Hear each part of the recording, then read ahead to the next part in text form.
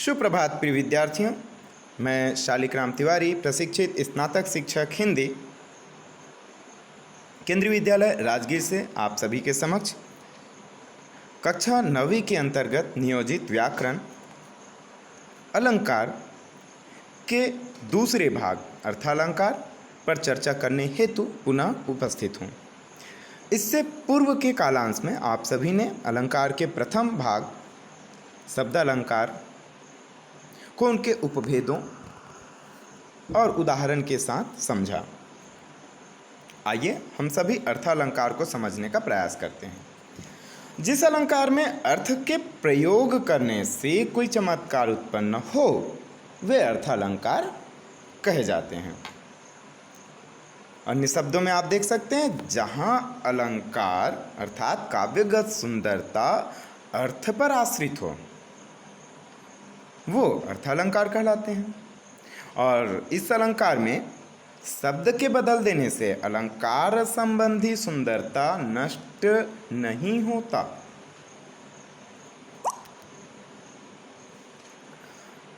अर्थात अर्थ को चमत्कृत या अलंकृत करने वाले अलंकार ही अर्थालंकार कहलाते हैं। शब्दालंकार में आपने देखा कि पर्यायवाची और समानार्थी शब्दों के प्रयोग से अलंकारगत सुंदरता नष्ट हो जाती है, परंतु यहाँ अर्थालंकार में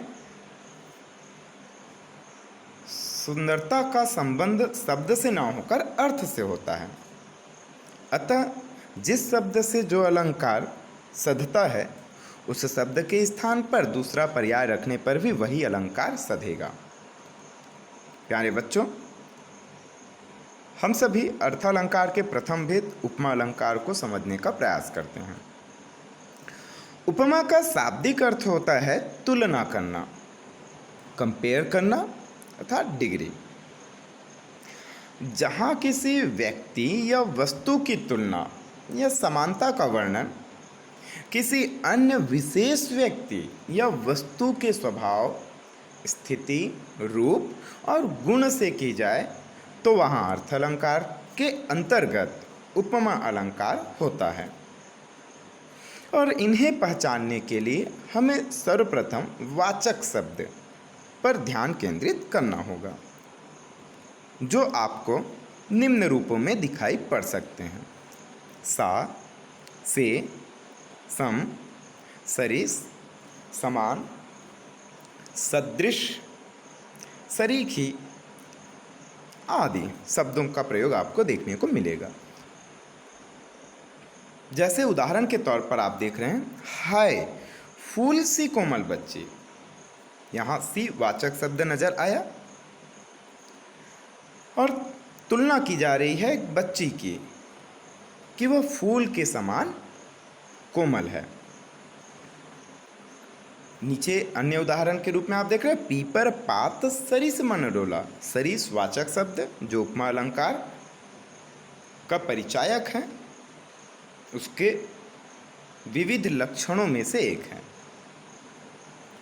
पीपल के पत्ते के जैसा ही मन चलायमान है, चंचल हो रहा है। प्यारे बच्चों, आइए हम उपमा अलंकार के अंगों को एक मुख्य उदाहरण के तौर पर समझने का प्रयास करते हैं। उपमा अलंकार के 4 अंग होते हैं। उपमेय, जिसकी तुलना की जा रही हो अर्थात जिसके बारे में बात की जा रही हो वह उपमेय कहलाता है। ऊपर के उदाहरण में आप देख सकते हैं, मुख चंद्रमा सा सुंदर है। कोई चेहरा है जो चंद्रमा के समान सुंदर नजर आ रहा है, नजर पड़ रहा है।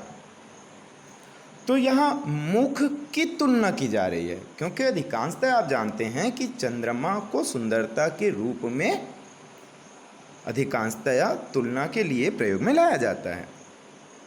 तो मुख के विषय में बात की जा रही है, मुख की तुलना की जा रही है, तो यह उपमेय हुआ।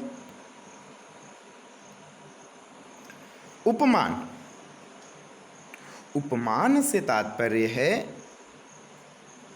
जिससे तुलना की जा रही है। उपमेय अर्थात जिसकी तुलना की जा रही है, और उपमेय उपमान जिससे तुलना की जा रही है। तो आप देख रहे हैं कि चंद्रमा से तुलना की जा रही है, तो चंद्रमा यहाँ उपमान के रूप में परिलक्षित है। साधारण धर्म अर्थात हम जिस किसी भी विशेषता, गुण, स्वभाव, स्थिति के कारण तुलना करना चाहते हैं, वह साधारण धर्म कहलाता है। मुख्य चंद्रमा से तुलना क्यों की जाएगी? क्योंकि वह सुंदर है, तो सुंदर होना यह उसका साधारण धर्म है, और इसी के नाते इसकी तुलना की जानी संभव है, तो यह साधारण धर्म हुआ। वाचक शब्द ऐसे शब्द जो उपमेय और उपमान के मध्य तुलनात्मक संबंध दर्शाने के लिए उपस्थित हो प्रत्यक्ष रूप से, तो वह वाचक शब्द की श्रेणी में नियोजित किए जाते हैं। आइए इन्हें हम और अधिक गहराई से समझने का प्रयास करते हैं। सागर सा गंभीर हृदय हो, सागर के जैसा स्पष्ट है, सा वाचक शब्द हुआ। गंभीरता यह उसका साधारण धर्म हुआ। सागर की विशेषता है कि वह गंभीर होता है, और वैसा ही गंभीरता का गुण यहाँ पर दर्शाया जा रहा है कि हृदय में होना चाहिए। तो हृदय की तुलना की जा रही है किससे? सागर से। तो उपमान हुआ सागर और उपमेय हुआ हृदय। वैसा ही गिरि सा ऊंचा हो, सा वाचक शब्द, ऊंचा होना यह हो गया साधारण धर्म, गुण है अर्थात मापदंड है। जिसका मन की तुलना की जा रही है, तो यह उपमेय हुआ। और पहाड़ के जैसा, पर्वत के जैसा विशाल मन हो, ऊंचा हो, तो गिरि जो है उपमान के अंतर्गत आएगा। आइए बच्चों, हम इन्हें और विस्तार से जानने का प्रयास करते हैं। उपमेय जिस वस्तु या व्यक्ति के बारे में बात की जा रही हो, आपको अभी पिछले स्लाइड में बताया गया है कि जो वर्णन का विषय हो उसे हम उपमेय कहते हैं। तो आपने देखा प्रस्तुत उदाहरण में कि हृदय और मन जो है उपमेय के अंतर्गत आएंगे। उपमान वाक्य में उपमेय की जिस प्रसिद्ध वस्तु से तुलना की जा रही हो वह उपमान कहलाता है। तो प्रसिद्ध वस्तु के रूप में हमने देखा कि हृदय की तुलना सागर से और मन की तुलना गिरि से की जा रही है, तो यह उपमान के अंतर्गत आएगा। साधारण धर्म उपमान और उपमेय में समानता का धर्म होता है, अर्थात जो गुण उपमान और उपमेय दोनों में हो, परिलक्षित हो, जिससे उन दोनों की तुलना करते बन रही हो, वह साधारण धर्म कहलाता है। तो ऊपर उदाहरण में गंभीरता और ऊंचा ये दोनों साधारण धर्म होंगे। वाचक शब्द वो शब्द जो उपमान और उपमेय के बीच समानता दर्शाती है। तो उदाहरण के रूप में आप यहाँ सा को वाचक शब्द के रूप में देख रहे हैं। प्रिय विद्यार्थियों, आइए अब हम सभी अर्थ अलंकार के दूसरे भेद रूपक अलंकार की ओर चलते हैं। जब गुण की अत्यंत समानता हो जाए, जिसके चलते उपमेय को ही उपमान बता दिया जाए, अर्थात दोनों में तुलनात्मक भेद समाप्त हो जाए और दोनों में अंतर किया जाना अब उचित नहीं होता, अर्थात अभिन्नता प्रदर्शित किया जाता है, वहाँ रूपक अलंकार होता है। दूसरे शब्दों में रूपक अलंकार में उपमान और उपमेय में कोई अंतर दिखाई नहीं पड़ता। जैसे उदाहरण आप देख सकते हैं, पायो जी मैंने राम रतन धन पायो। तो ऊपर के इस उदाहरण में राम रतन को ही धन बताया जा रहा है। यहाँ ऐसा जरा भी नहीं कि राम रतन के जैसा धन। यहाँ आप किसी भी प्रकार के वाचक शब्द को नहीं देखेंगे। तो वाचक शब्द को हटा दिया जाए तो हम यहाँ इसे रूपक अलंकार के रूप में देख सकते हैं। तो राम रतन यह उपमेय है जिसकी धन रूपी उपमान से तुलना किया जा रहा है, अर्थात उस पर आरोप किया जा रहा है, उसकी दोनों में अभिन्नता दिखाई पड़ रही है। तो यहाँ आप देख सकते हैं कि उपमान एवं उपमेय में अभिन्नता दिख रही है, और हम जानते हैं कि जहाँ दोनों में तुलनात्मक स्थिति समाप्त हो जाए, अर्थात दोनों तद्रूप हो जाएं, तो वह रूपक अलंकार कहलाते हैं। इसके अन्य उदाहरण को हम और अच्छे से देख सकते हैं। मैया मैं तो चंद्र खिलौना ले हूँ। कृष्ण जी कहते हैं कि मैया मुझे तो चांद ही खिलौना, कृष्ण जी कहते हैं कि चांद खिलौना है। वो नहीं कह रहे हैं कि चंद्रमा के जैसा खिलौना चाहिए। अतः चंद्रमा को खिलौना के रूप में आरोपित किया जा रहा है, तो यह रूपक अलंकार है। तद्रूप हो जाना, चरण कमल बंदौ हरिराई। तो आप देख रहे हैं चरण और कमल दोनों के बीच में किसी भी प्रकार का वाचक शब्द जो दोनों की तुलनात्मक दृष्टिकोण से सामने आए, ऐसा दिखाई नहीं पड़ रहा है। तो चरण को ही कमल मान लिया गया है, तो यहाँ रूपक अलंकार परिलक्षित है। असुवन जल सींच सींची प्रेम बेल बोई। प्रेम रूपी बेल, ऐसा यहाँ नहीं कहा जा रहा है, प्रेम ही वो बेल है, ये बताया जा रहा है। तो प्रेम रूपी लता ना होकर प्रेम लता, यह इसका अर्थ है। तो यहाँ रूपक अलंकार परिलक्षित है। सब प्राणियों के मत मनोमयूर आहा नचा रहा, अर्थात सभी प्राणियों का मन मयूर। यहाँ मन के जैसा मयूर नहीं कहा जा रहा है, मन को ही मयूर की उपमान से आरोपित किया गया।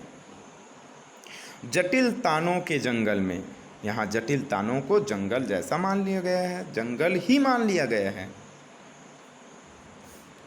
तो जब उपमेय में उपमान का आरोप परिलक्षित हो तो वह रूपक अलंकार के अंतर्गत आते हैं।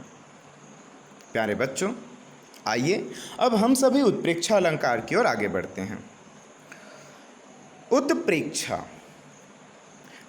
जब समानता होने के कारण उपमेय में उपमान के होने की कल्पना की जाए, जहाँ संभावना हो, प्रोबेबिलिटी हो, वह उत्प्रेक्षा अलंकार के अंतर्गत आता है। और यहाँ उपमा, रूपक और उत्प्रेक्षा में सामान्य सही अंतर है। उपमा अलंकार में आपको वाचक शब्द देखने को मिलेंगे, रूपक अलंकार में वाचक शब्द हटा दिए जाएं, और उत्प्रेक्षा अलंकार में जहाँ संभावना व्यक्त किया जाए। अतः संभावना व्यक्त करने के लिए हम जैसे निम्नलिखित शब्दों का प्रयोग कर सकते हैं। मानहूँ, जानहूँ, जानो, मानो, जनु, मनु इत्यादि शब्दों को आप उत्प्रेक्षा अलंकार के लक्षण के रूप में देख सकते हैं। उदाहरण से स्पष्ट है। ले चला साथ मैं तुझे कनक, ज्यों भिक्षुक लेकर स्वर्ण। कनक को इस प्रकार लेकर चल रहा है जैसे कोई भिखारी सोने को ले जाता है। उदाहरण के रूप में देखते हैं, ज्यों आपको नजर आ रहा है शब्द में।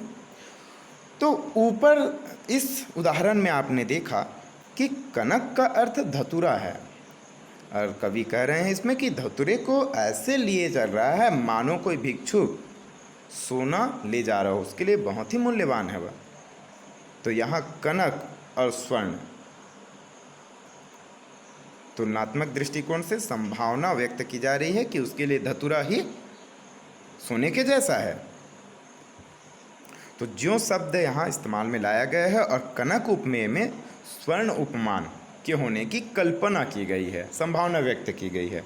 तो उत्प्रेक्षा अलंकार दिखाई पड़ रहा है।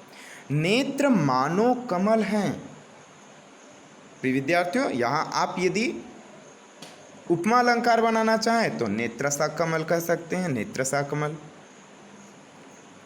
रूपक अलंकार बनाना चाहें तो नेत्र कमल कह सकते हैं। और उत्प्रेक्षा अलंकार में आपको मानो शब्द प्रतीत हो रहे हैं।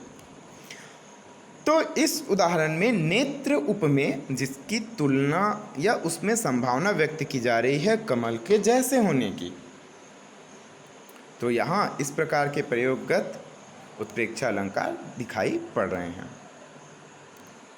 प्यारे बच्चों, आइए अब हम सभी अर्थालंकार के एक बहुत ही रोचक अलंकार के अंतर्गत अतिशयोक्ति अलंकार को समझने का प्रयास करते हैं। नाम से ही स्पष्ट है, अतिशय उक्ति, जहाँ पर बहुत ज़्यादा उक्ति हो, कथन हो, कथ्य हो, वह अलंकार अतिशयोक्ति अलंकार के रूप में आता है। जब किसी वस्तु, व्यक्ति आदि का वर्णन बहुत ज़्यादा बढ़ा चढ़ा कर किया जाए तब अतिशयोक्ति अलंकार नजर आता है। अर्थात इस अलंकार में नामुमकिन तथ्य बोले जाते हैं जो हो ही नहीं सकता, जिस पर विश्वास करना ही मुश्किल हो। अतः काव्यगत सुंदरता के लिए कई बार इस प्रकार के आश्चर्य युक्त वाक्य प्रयोग में लाए जाते हैं। जैसे आप उदाहरण से समझिए, आगे नदियां पड़ी अपार, घोड़ा कैसे उतरे पार, राणा ने सोचा इस पार, तब तक चेतक था उस पार। अर्थात आगे बहुत बड़ी नदी अपार बह रही है और घोड़ा कैसे उस ओर पार लगे। यह राणा जी सोच ही रहे थे कि चेतक जो उनका घोड़ा है वह उस ओर था। तो इन पंक्तियों में बताया गया कि महाराणा प्रताप के सोचने की बात ही चल रही थी और उस सोचने से पहले ही चेतक नदी पार कर चुका था। तो यह उनके शौर्य को प्रदर्शित करने के लिए, उनके शौर्य के प्रभाव को प्रदर्शित करने के लिए इस तथ्य को बढ़ा चढ़ाकर, लोक सीमा से अधिक बढ़ा चढ़ाकर वर्णन किया गया था। यहाँ अतिशयोक्ति अलंकार परिलक्षित है। प्यारे विद्यार्थियों, एक अन्य उदाहरण से इसे समझने का प्रयास करते हैं। देख लो साकेत नगरी है यही, स्वर्ग से मिलने गगन में जा रही। साकेत नगरी अयोध्या को कहा जाता है, जो राम जी का जन्मस्थली है। प्रस्तुत उदाहरण में आप देख सकते हैं कि यह एक नगरी की सुंदरता का वर्णन किया जा रहा है और इतना अधिक यह सुंदर लग रहा है कि स्वर्ग और इसमें कोई अंतर नज़र नहीं आ रहा है। तो यह वर्णन बहुत ही बढ़ा चढ़ा कर किया गया। उसकी सुंदरता को दर्शाने के लिए स्वर्ग के समान तुलना रखना या उसकी उपमा देना यहाँ पर उनको, कवि को ज़्यादा उचित लगा। तो यह अतिशयोक्तिपूर्ण वर्णन होने के कारण अतिशयोक्ति अलंकार के अंतर्गत रखे जाएंगे,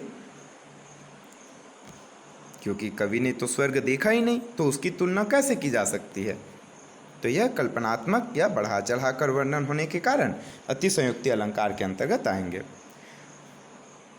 यानी बच्चों, एक प्रसिद्ध उदाहरण आप अतिशयोक्ति अलंकार में देखते हो, हनुमान की पूंछ में लग ना पाई आग और लंका सगरी जल गई, गए निशाचर भाग। अर्थात हनुमान जी के पूंछ में आग अभी लगा ही नहीं था और सभी जो लंका के नगरवासी हैं वो सब भाग गए और पूरी लंका जल गई। तो यह असंभव सा प्रतीत होता है कि बिना आग लगे ही, तो यहाँ कवि वर्णन करना चाह रहे हैं कि आग की प्रबलता इतनी अधिक थी कि सब बहुत ही तत्काल त्वरित गति से हो गया।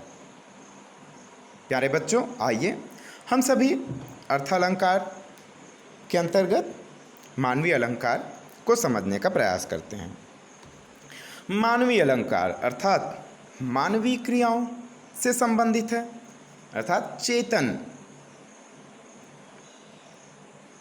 जीवों के द्वारा जो कार्य किए जाते हैं उसे निर्जीवों पर, जड़ पदार्थों में आरोपित करना ही मानवीकरण अलंकार है। अर्थात आप इसे इस तरह तरीके से समझ सकते हैं, जब प्राकृतिक वस्तुओं जैसे पेड़ पौधे, बादल आदि में मानवीय भावनाओं का वर्णन हो, यानी निर्जीव चीज़ों में सजीव होना दर्शाया जाए, तो वहाँ मानवीकरण अलंकार होता है। जैसे उदाहरण से स्पष्ट है, फूल हंसे कलियां मुस्काई। आप सभी ने कभी भी फूल और कलियों को हंसते या मुस्कुराते हुए नहीं देखा होगा, लेकिन कवि यहाँ कल्पना कर रहे हैं कि फूल हंस रहा है और कलियां मुस्कुरा रही हैं। उनके खिलने से ही पता चल रहा है, जैसे वो खिलते जा रहे हैं तो लग रहा है कि ये हंस रहे हैं और मुस्कुरा रही हैं कलियां जो हैं। अतः हंसना और मुस्कुराना मानवीय क्रियाओं में ही संभव है, जिसे प्रकृति के जड़ पदार्थों में आरोपित किया जा रहा है, उन भावनाओं को उनमें वर्णित किया जा रहा है। इस कारण से यहाँ मानवीकरण अलंकार दिखाई पड़ता है।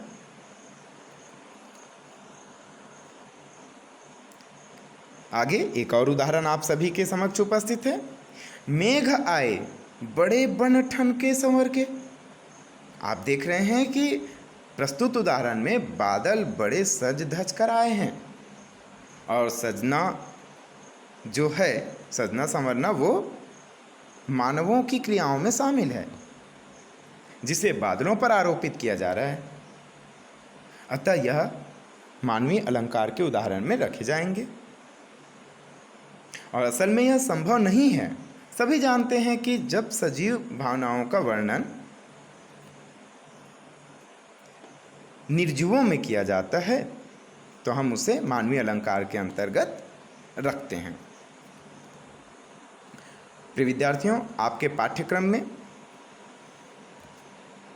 जिन अलंकारों का उल्लेख समायोजन किया गया है उन सभी का वर्णन यहाँ तक संपन्न होता है।